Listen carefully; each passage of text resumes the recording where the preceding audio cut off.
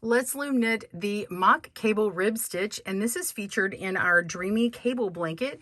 And this was on request by one of my Etsy customers. She really wanted this blanket in this big jumbo yarn, and we're making it on the Zippy loom today.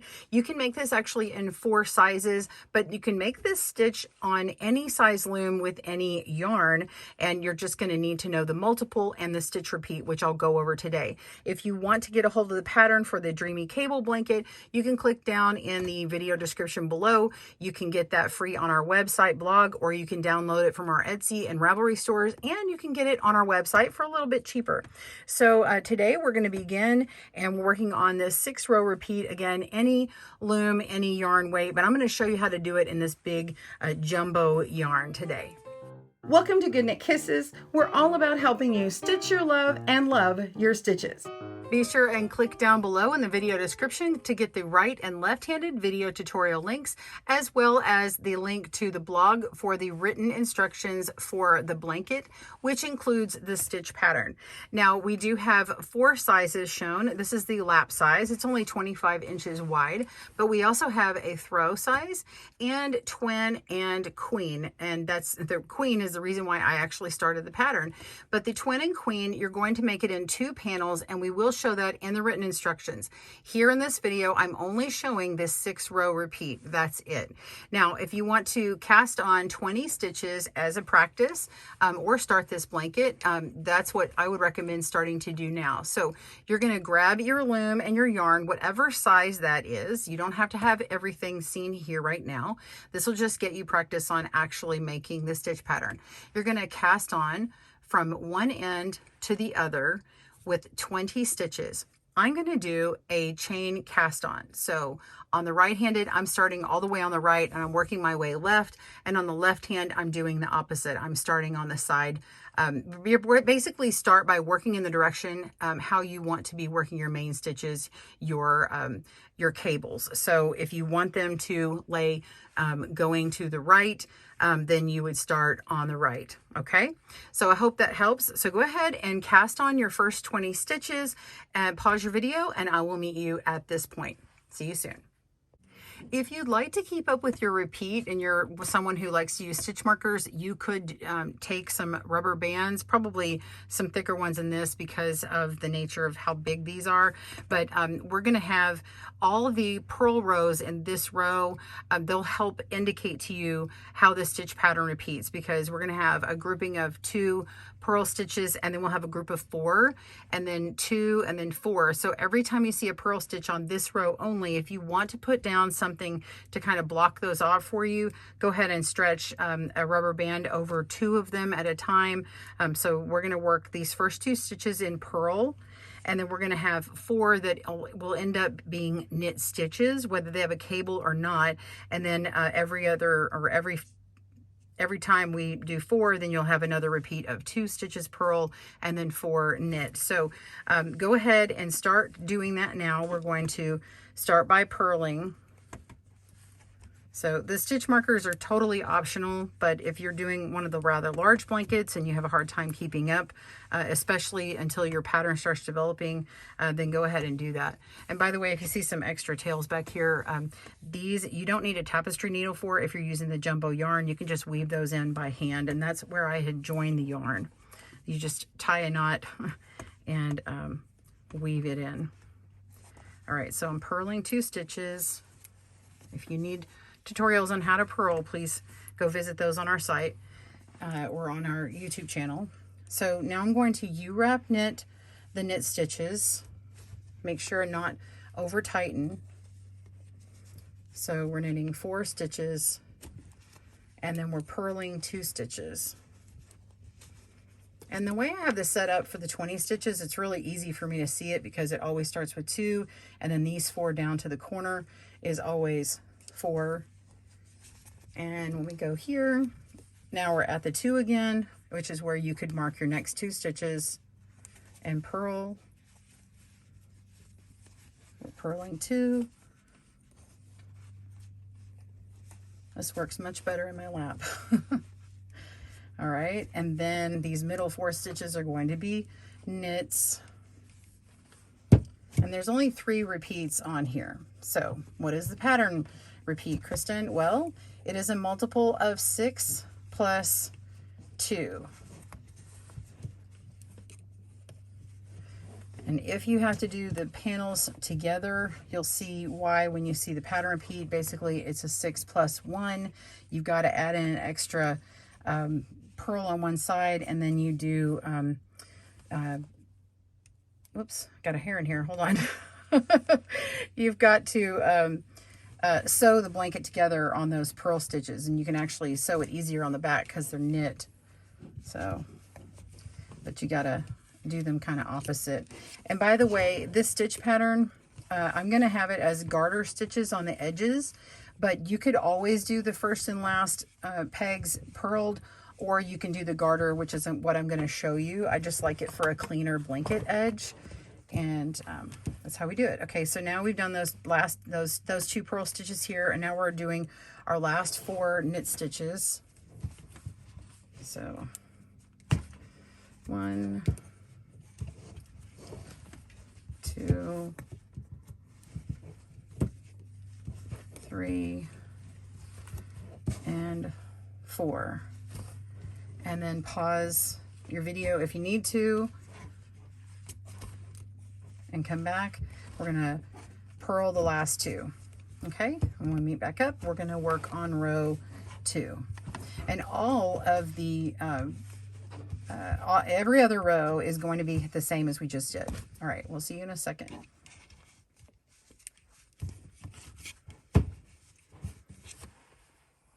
All right, let's begin row 2, and it's going to begin with a knit 2. Again, if you want to do purls on the ends, you can totally do that. I'm just doing a garter stitch, so we're knitting the first 2 stitches. And then these next 4 stitches are where we're working our cable, okay? The next 6 stitches is our repeat. So it's going to be working these 4 stitches and then ending in purl 2. And then that repeats until the end, our last 2 stitches, or well, technically the last 6 stitches here. So let's go ahead and we're going to knit 2 stitches here. So knit 2. All right. And then now we're going to cable these. This is a 1/1 right cross cable. Now, if you want to remember which part of the pattern you're on and you like the stitch markers, this would be the time to do it. We're going to be taking off this stitch here, this 3rd peg.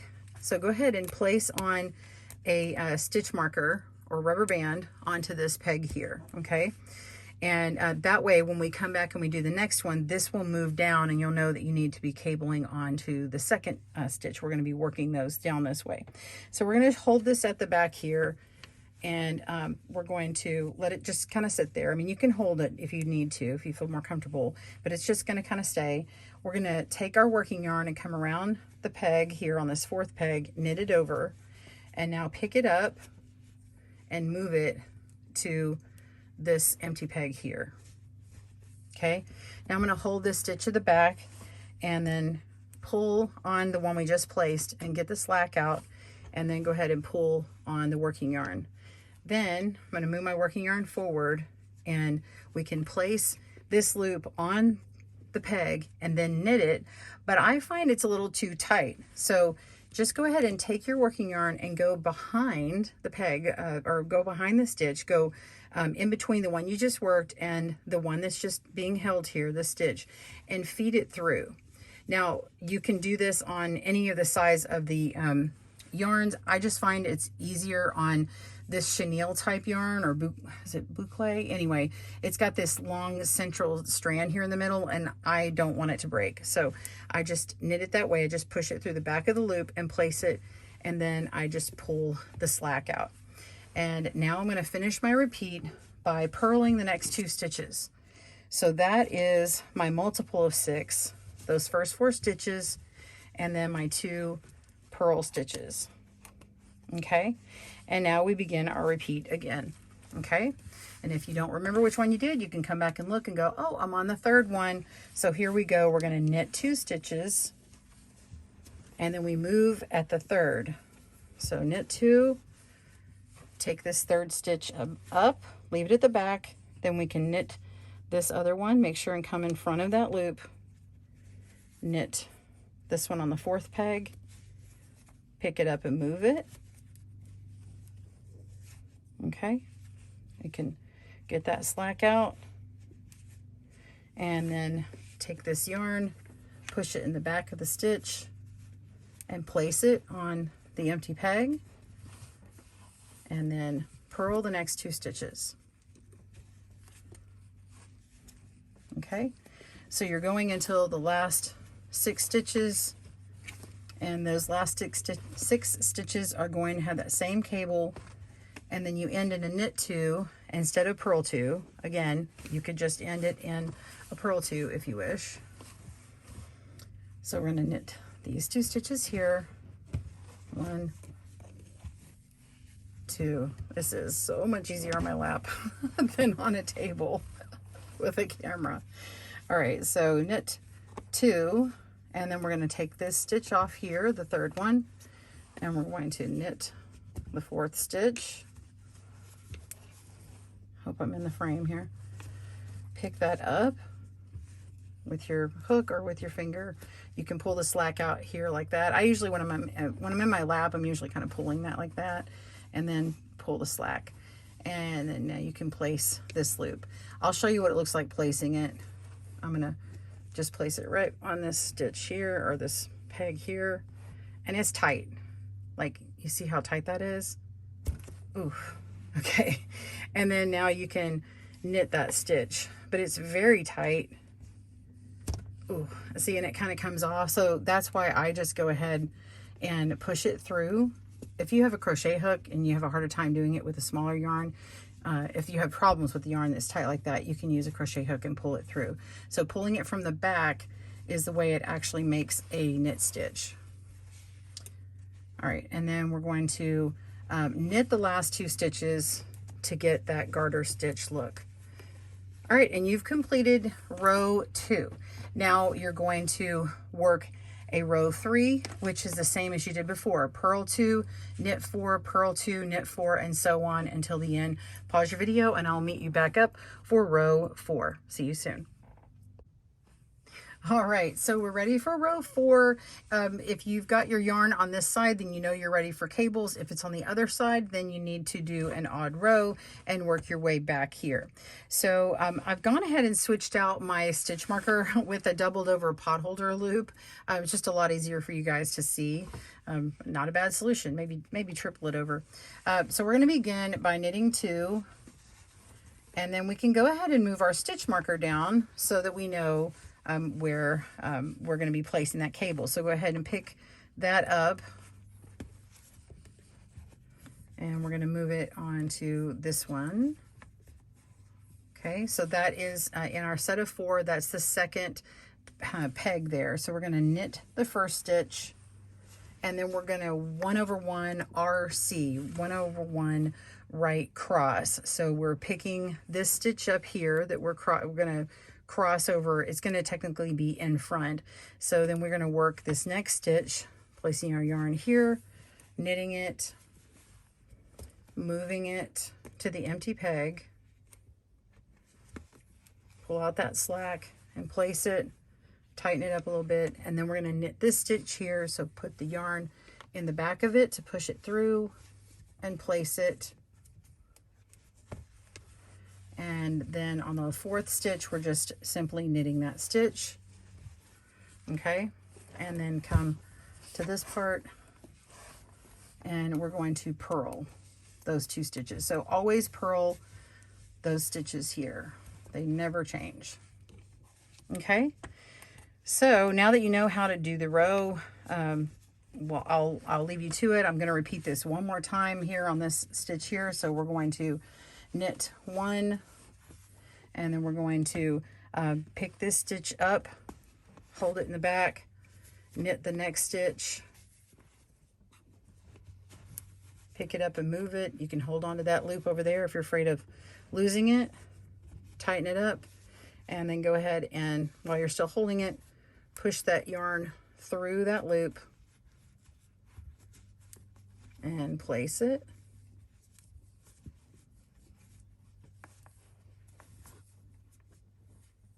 we go. And then knit the next stitch.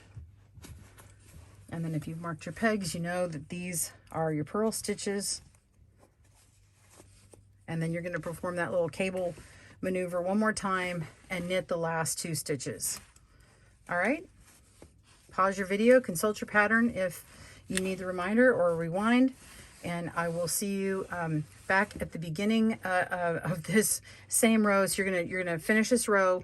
You're gonna work a row 5, which is working all the way back to the beginning over here, and we're gonna work row 6 when I see you next. All right, we're on row 6. This is the last row in our repeat. I've gone ahead and knit the first 2 stitches, and now we need to move our stitch marker. So we're gonna lift up that stitch, pick it up, and place it on this first one. Well, I say the first one of this group of 4. It's technically our 3rd stitch over. Okay. Okay, so now we're going to lift the stitch up, which we already had it up, obviously, but we're going to knit this next stitch. All right. And then pick it up and place it, pulling the slack. Go ahead and put the loop through the back and put that on your empty peg. And then now you're going to knit the last 2 stitches in that sequence there. 1, 2, that gets you your 4 stitches. And then now we're going to purl 2 stitches. Okay.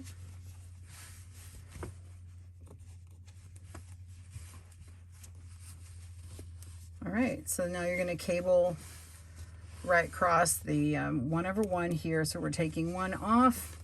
We're going to knit this next stitch,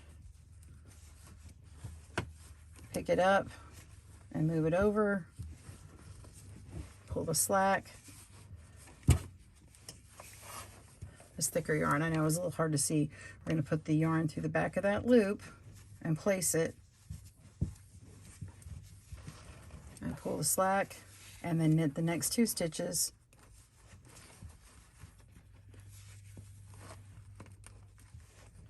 All right, and then now we're going to purl the rest in that sequence. So purl 2,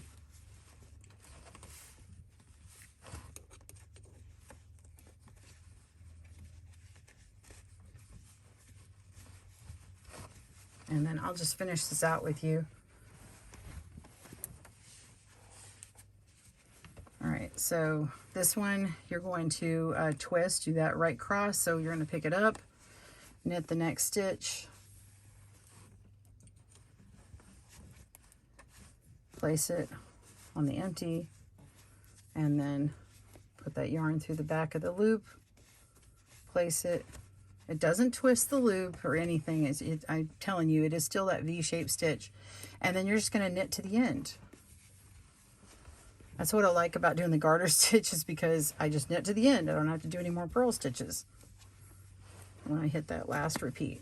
So if you have more repeats in yours, if you cast it on more, then just continue with that pattern repeat. So I'm at the point here where I actually need to bind off. So I'm going to suggest to you that you do a basic bind off. It's just a standard bind off, and you're going to do it in pattern, where you work these 2 stitches as if you were going to do it in your normal row. So when we work back this way, these are going to be purls here, and these next 4 are going to be knits, and so on. So just your normal basic bind off is all you need to do. And that's it for this stitch pattern. So that's all you do, is you just keep repeating those 6 row repeats. Every time it's going to zigzag over this way. So the beginning part is right here till here, and then there's that next repeat, and then this is what it looks like when I bound off in pattern. So it just completes that. You're just binding off on one of those odd rows. I hope you enjoyed this stitch pattern today here at GoodKnit Kisses. Please give us a like and subscribe if you enjoyed it and want more content like that, and click down below and give us a comment. I'd love to hear what you have to say. Thanks for joining us today, where we help you stitch your love and love your stitches. See you again soon.